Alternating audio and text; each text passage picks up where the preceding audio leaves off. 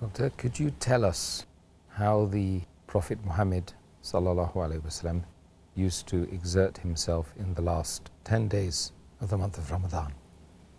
As I mentioned earlier, it's mentioned in Sahih Bukhari, volume number 3, in the book of I'tikaf, hadith number 2024.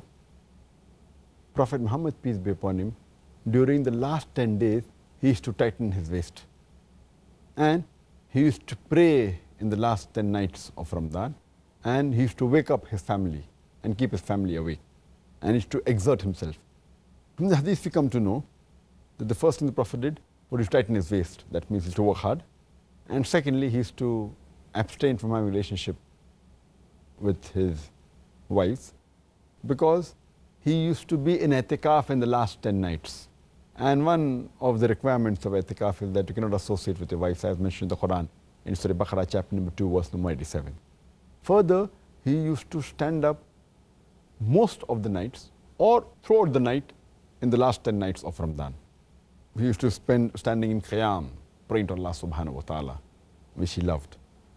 There is a prohibition you should not stand the full night, but that's all the nights, every night of the year.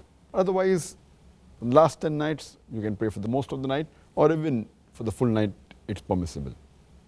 Further, it's mentioned that he used to wake up his family. That means he was to see to it that even his wives woke up and prayed to Allah subhanahu wa ta'ala, seeking Laylatul Qadr. That's an important point to be noted. And furthermore, he used to put more effort. He used to pray more.